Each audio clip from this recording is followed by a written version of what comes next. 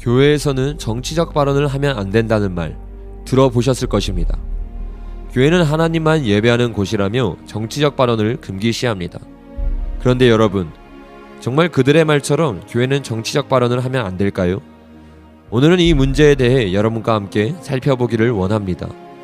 대한민국의 역사를 살펴보면 애당초 대한민국이라는 나라는 기독교와 분리될 수 없다는 것을 발견할 수 있습니다. 3.1운동, 학교, 병원, 복지시설, 조국 근대화 발전 그 중심에는 기독교가 있습니다. 1948년 5월 31일 이승만 대통령은 다음과 같은 말로 대한민국 재헌국회를 열었습니다. 대한민국 독립민주국 제1차 회의를 여기서 열게 된 것을 우리가 하나님께 감사해야 할 것입니다. 종교사상 무엇을 가지고 있든지 누구나 오늘을 당해 사람의 힘으로 된 것이라고 우리는 자랑할 수 없을 것입니다. 그러므로 하나님에게 기도드리지 않을 수 없습니다.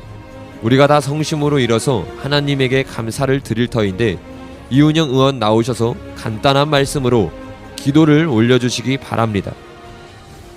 이승만 대통령의 말씀과 같이 기적처럼 온 강복과 대한민국의 건국은 한국인의 실력으로만 된 것이 아니라 하나님의 뜻으로 해석할 수밖에 없는 수많은 기적적인 사건들의 뒷받침 속에서 이루어졌습니다. 대한민국 재헌국회는 그렇게 기도로 시작되었고 결국 대한민국은 기독교 정치가 되었습니다. 이승만 대통령이 성경을 기초하여 나라를 세우고 헌법을 성경에 기초하여 세운 나라가 바로 대한민국입니다. 초대 대통령 이승만의 4대 정책은 자유민주주의, 시장경제, 한미동맹, 기독교 이꾼론입니다. 기독교 이꾼론자였던 이승만 대통령은 가는 곳마다 목사를 세우고 교회를 세웠습니다. 군대를 가면 군목과 교회를, 경찰서에 가면 경목과 교회를, 병원에 가면 원목과 교회를, 학교에 가면 교목과 교회를 세웠습니다. 대한민국 국민들이 가는 곳곳마다 목사를 만나고 복음을 들을 수 있게 만들어 놓았고 그로 인해 수많은 영혼들이 구원을 받게 되었습니다. 여러분, 이래도 교회와 정치가 관계가 없습니까? 이래도 교회는 나라가 어떻게 되든 관여하면 안 됩니까? 교회로 세운 나라가 대한민국입니다. 하나님께 올려드린 나라가 대한민국인데 어떻게 교회가 나라의 위기 가운데 가만히 있을 수 있겠습니까? 그런데 오늘날 교회들은 정교분리 원칙을 이유로 교회를 무너뜨리는 법들이 제정되고 있는 상황에도 지죽은 듯 가만히 있습니다. 그러나 이것은 수많은 교회들이 정교분리의 뜻을 오해하고 있기 때문에 나오는 반응들입니다. 그렇다면 진짜 정교분리의 뜻은 무엇일까요? 미국의 3대 대통령 토마스 제퍼슨은 하나님을 섬기는 대통령이었습니다. 토마스 제퍼슨은 그 당시 탄압받던 교회를 보호하기 위하여 정교분리 원칙을 만들었습니다. 진짜 정교분리의 원칙은 이렇습니다. 첫째, 세상 정부는 교회를 탄압하는 법을 제정할 수 없다.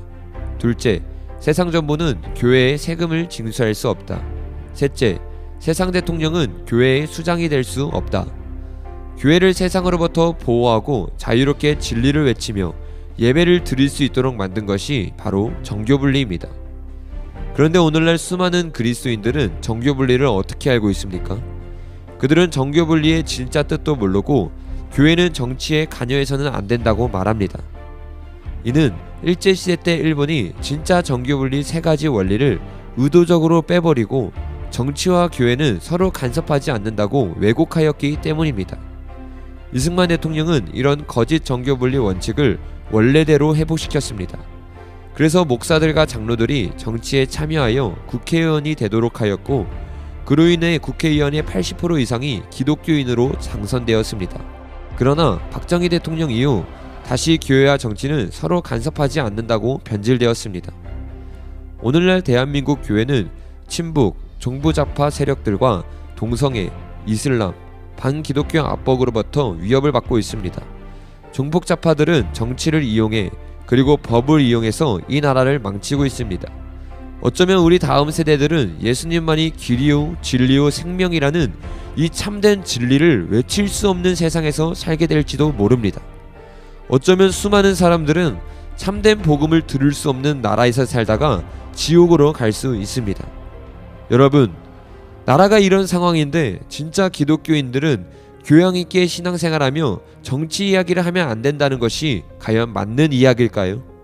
그것이 진짜 예수님의 마음을 아는 사람들의 이야기가 맞을까요? 그 사람들은 예수님을 만난 자들이 아니라 종교놀이를 하고 있는 자들일 것입니다.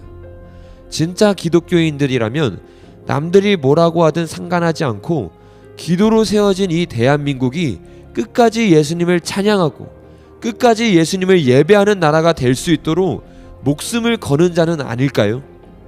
잘못된 법과 싸우며 잘못된 정치와 목숨을 걸고 싸워서 다음 세대를 위해 목숨을 건 신앙으로 나아가는 것이 진짜 예수님의 본을 따르는 것이라고 저는 생각합니다.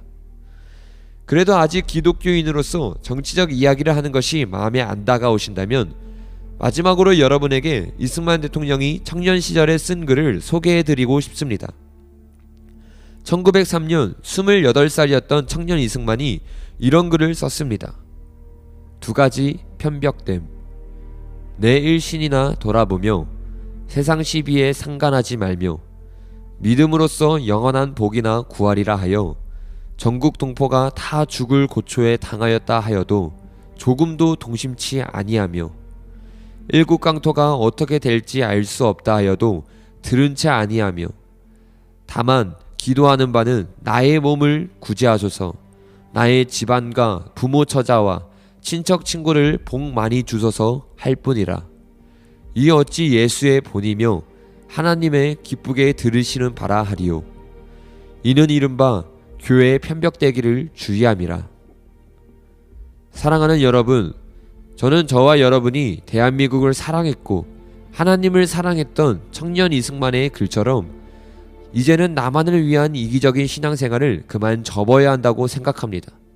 그리고 이제는 이 나라와 이 민족을 위해, 아니 이 땅에 임할 하나님 나라와 그의 의를 위해 목숨을 걸고 하나의 미랄이 되어 외칠 수 있는 자들이 되기를 간절히 소망합니다.